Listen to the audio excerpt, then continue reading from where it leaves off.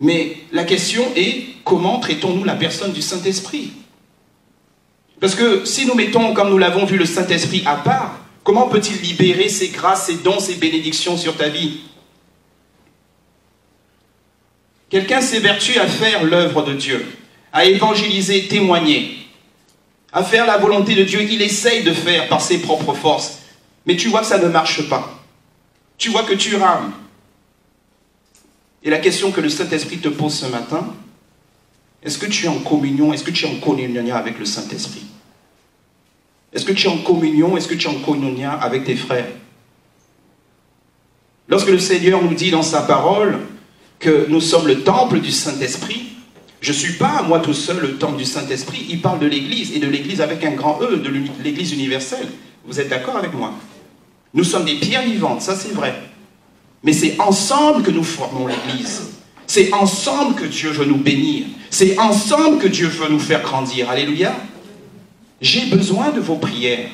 J'ai besoin des prières de l'Église. Parce que ces prières, je crois que Dieu, il exauce la prière. C'est le Dieu qui rémunère notre foi. J'ai besoin de mon frère, j'ai besoin de ma sœur. Je ne peux pas avoir à moi tout seul tous les dons. Qui peut avoir à lui tout seul tous les dons? Non, la volonté de Dieu, nous dit la parole, c'est, bien sûr, il donne les dons selon sa grâce, comme il le veut. C'est le Saint-Esprit qui donne, mais à chacun différemment. Comme il y a différents membres dans un corps. Comment traitons-nous la personne du Saint-Esprit pour pouvoir effectivement recevoir cette participation, cette aide contributive, ce koinonia du Saint-Esprit?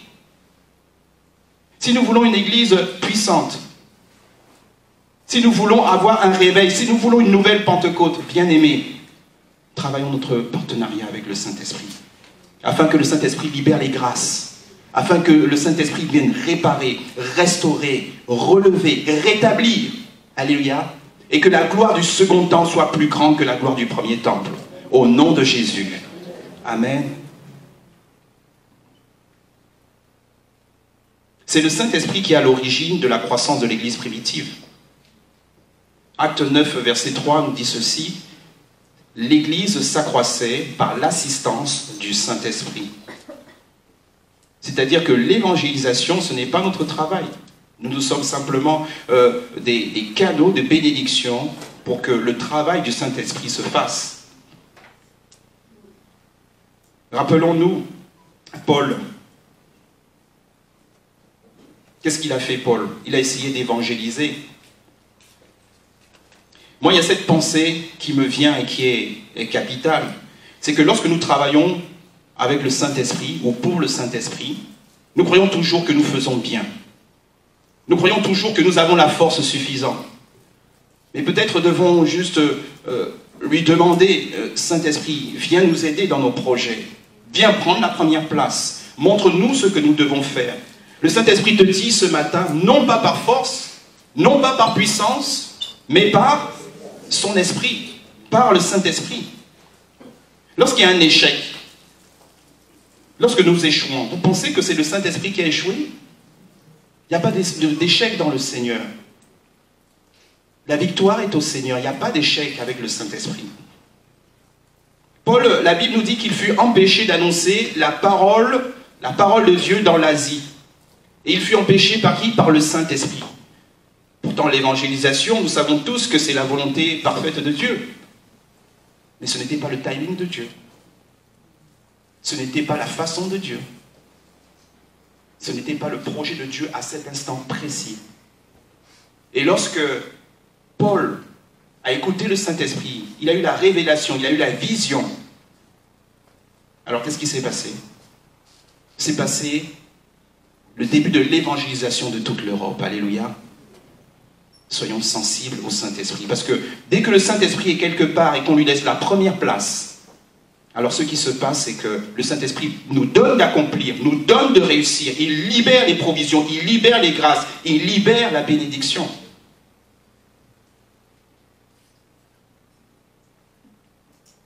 Le koinonia avec le Saint-Esprit. Le Saint-Esprit est mon ami. Le Saint-Esprit est celui qui va m'aider dans tout ce que je dois entreprendre. Ce que tu n'arrives pas à faire, Là où tu es arrêté, là où tu es limité, le Saint-Esprit va le faire. Certains de nous, on se bat avec le pardon. On se dit, Seigneur, oui, je veux aimer comme tu aimes. Bien aimé, si la tâche que Dieu te donnait de faire était humaine, nous n'aurions pas besoin du Saint-Esprit. C'est pour cela que nous devons appeler le Saint-Esprit à l'aide, parce que lui seul peut accomplir ce que Dieu peut accomplir. Et lorsque nous voulons aimer comme le Saint-Esprit, pardonner comme le Saint-Esprit nous demande de faire, nous devons l'appeler afin qu'il vienne déposer sa vie en nous, il vienne se manifester en nous. Alors nous allons aimer comme Dieu aime, nous allons même aimer ceux qui ne nous aiment pas. Bénissez ceux qui vous maudissent, ça c'est l'œuvre du Saint-Esprit. Et il le fera encore en toi ce matin au nom de Jésus. Et quand Dieu donne une instruction, quand le Saint-Esprit donne une injonction, il donne en même temps la bénédiction et la provision. Amen. Le koinonia avec le Saint-Esprit, c'est également l'unité. C'est l'unité. Nous connaissons l'unité qui est la base de l'Église. La première unité que nous devons chercher, c'est l'unité avec le Saint-Esprit. Parce que si nous sommes une famille en Christ, c'est parce que nous avons le même esprit, parce que nous avons le Saint-Esprit. L'unité spirituelle est la première des unités que doit chercher l'Église. Je ne sais pas si vous avez regardé un peu les JO cet été. Moi, j'ai regardé les JO et il y a quelque chose qui m'a vraiment fait du bien, qui m'a étonné. C'est la France qui a gagné aux Jeux collectifs. Ça a été vraiment déjà des événements vraiment super agréables de voir cela. Mais un enseignement également. Le monde nous enseigne, vous ne croyez pas? Moi, je crois que le Seigneur nous enseigne, il nous parle d'une façon, tantôt d'une autre. Et le monde nous enseigne. Lorsque j'ai vu ces sportifs qui ont gagné, ils ont gagné des médailles, je pense c'était au hand. Il y a eu le hand, il y a eu des sports collectifs comme le hand, il y a eu aussi le volley, médaille d'or. Ils ont aussi brillé également, je pense, au basket. Ça s'est très bien passé. Mais quel est le point commun de toutes ces médailles, de ces équipes qui ont gagné? Mais elles étaient soudées. Elles étaient soudées, bien-aimés. Même le monde nous explique et nous montre combien il est important d'être unis pour réussir. Et le Saint-Esprit nous dit que nous devons être unis en lui. Nous devons avoir le même esprit et marcher d'une même voie, d'un même esprit pour voir la gloire de Dieu dans la maison de Dieu. Alléluia. Vous savez, il y a 2-3 ans, il y a une église coréenne, une seule église coréenne, qui a prié pour la France et a envoyé des missionnaires en France. Je pense que peut-être vous avez été au bénéfice de ce ministère. Ils ont envoyé plusieurs missionnaires dans plusieurs églises d'Île-de-France et ils avaient prié pour nous, ils ont prié avec nous il y a 2-3 ans, c'était une mission coréenne. En tout cas, si vous ne l'avez pas vécu, franchement, je peux vous dire que la France a été vraiment bénie par ce ministère. Aujourd'hui, je sais qu'ils continuent à prier pour nous. Aujourd'hui, je sais que d'autres, il y a des intercesseurs partout dans le monde. Je n'ai pas besoin de les voir. Mais nous sommes unis en esprit, je sais qu'ils prient pour nous. Et quand cette œuvre est arrivée, déjà je ne la connaissais pas. Ils sont venus, et une dizaine de frères et de sœurs dans différentes églises parisiennes, ils ont envoyé environ 120 missionnaires. Et ils nous ont montré ce qu'ils ont fait, comment ils ont préparé en fait leur mission. Ils ont fait des programmes de prière, 700 jours de prière pour la France. 900 jours de prière pour la France. Pourquoi? Pour savoir la volonté du Saint-Esprit. Et ils nous ont montré une carte de la France, grande comme cette estrade. Et sur cette carte de la France, il y avait des enfants, leurs enfants, 5-6 ans, à genoux, en pleurs, qui pleuraient pour qui? Pour le salut des Français, pour le salut de la France. Ils priaient pour nous, ils intercédaient pour nous. Et c'est ce que Dieu fait encore aujourd'hui. Dieu prie pour nous. Dieu envoie des intercesseurs. Mais pour se rendre compte de ce que Dieu fait, nous devons être unis en esprit. Je n'avais pas vu ces frères et sœurs avant d'avoir connu ce ministère. Mais ils étaient déjà en train de prier pour moi. Ils étaient déjà en train d'agir en ma faveur. Ils étaient en train de chercher le cœur de Dieu afin que nous soyons bénis, que nous soyons relevés, que nous soyons fortifiés. Et c'est ça l'unité du Saint-Esprit. C'est que nous soyons un dans la prière, que nous soyons un dans l'œuvre de Dieu, et nous verrons la gloire de Dieu. Nous avons été immensément bénis par ces frères coréens. Et je crois que Dieu veut encore faire la même chose.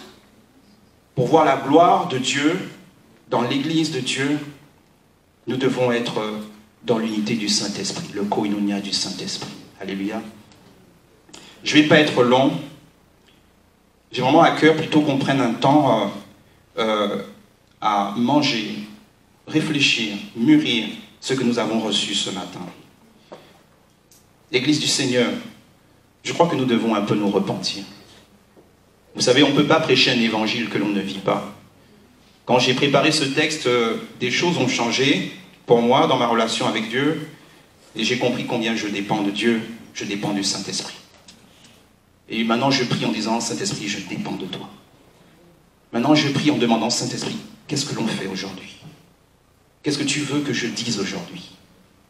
Où veux-tu que j'aille aujourd'hui? Je dépends de toi. Nous allons prendre un temps dans la repentance, mais quand je parle de la repentance, ce n'est pas dire ma faute, ma faute. La repentance, ce n'est pas simplement dire ma faute. Mais la repentance, c'est aussi ce désir, cette volonté de changer quelque chose.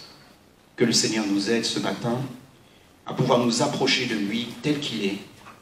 Que nous puissions développer ce koinonia avec le Saint-Esprit. Prions, bien-aimés.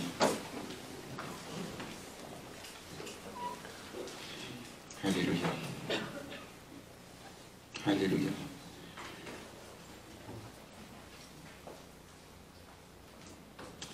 Seigneur Jésus, je bénis ton nom, mon Dieu, mon roi, celui en qui je me confie. Tu es le Dieu de gloire, Seigneur. Tu es Père, Fils et Saint-Esprit. Tu as dit, il est avantageux que tu t'en ailles, afin que nous recevions le Consolateur, le Paraclétos, cet autre toi-même, le Saint-Esprit. Et Saint-Esprit, Seigneur, alors que tu habites dans l'Église, dans nos cœurs, nous voulons vraiment apprendre à communiquer avec toi tous les jours, comme on communique avec des personnes. Parce que tu nous parles tous les jours. Tu es présent à chaque moment de notre vie. Et nous dépendons de toi. Saint-Esprit, je te demande pardon si je t'ai attristé, si je t'ai mis à côté de mes projets. Nous ne voulons plus t'attrister ni t'étouffer, sinon tu ne pourras pas travailler avec nous. Tu ne pourras pas agir en nous. Tu ne pourras pas agir avec nous. Saint-Esprit, je t'invite afin que tu viennes prendre la première place et que tu nous aides à avoir une véritable connexion, relation, intimité avec toi. Je bénis ton nom, Seigneur, parce que nous savons que lorsque le malheureux crie, l'Éternel entend et le délivre de toutes ses détresses. Notre volonté, Seigneur, c'est vraiment de développer cette camaraderie avec toi, que tu sois notre ami intime et personnel. Alors viens agir encore ce matin, Saint-Esprit. Touche les cœurs, touche les vies, dans le nom précieux de Jésus. Amen. Alléluia.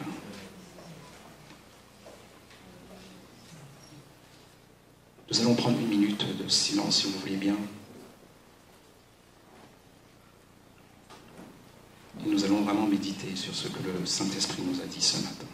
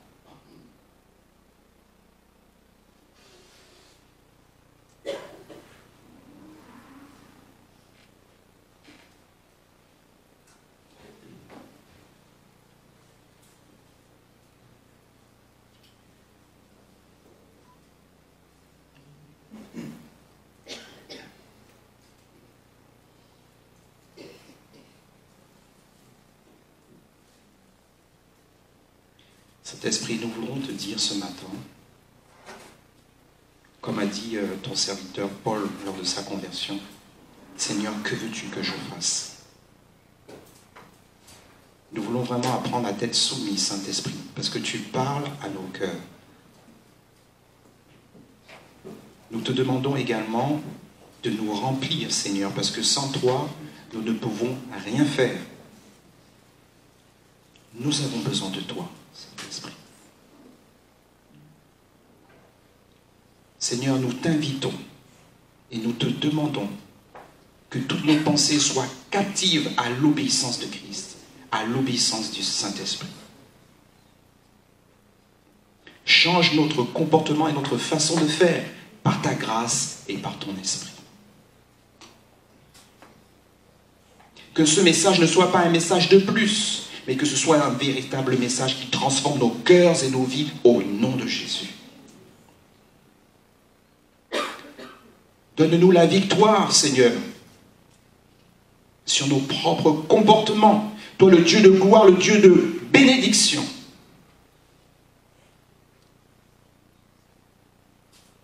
Tu n'abandonnes pas celui qui te cherche.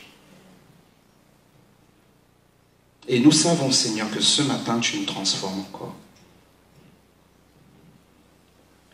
Prends la première place dans nos vies, dans nos discussions, dans nos pensées, Seigneur. Nous te donnons tout. Je te bénis, mon Dieu, mon roi. Et nous recevons l'amour de Dieu, la grâce du Seigneur Jésus, par la communication du Saint-Esprit. Amen. Alléluia.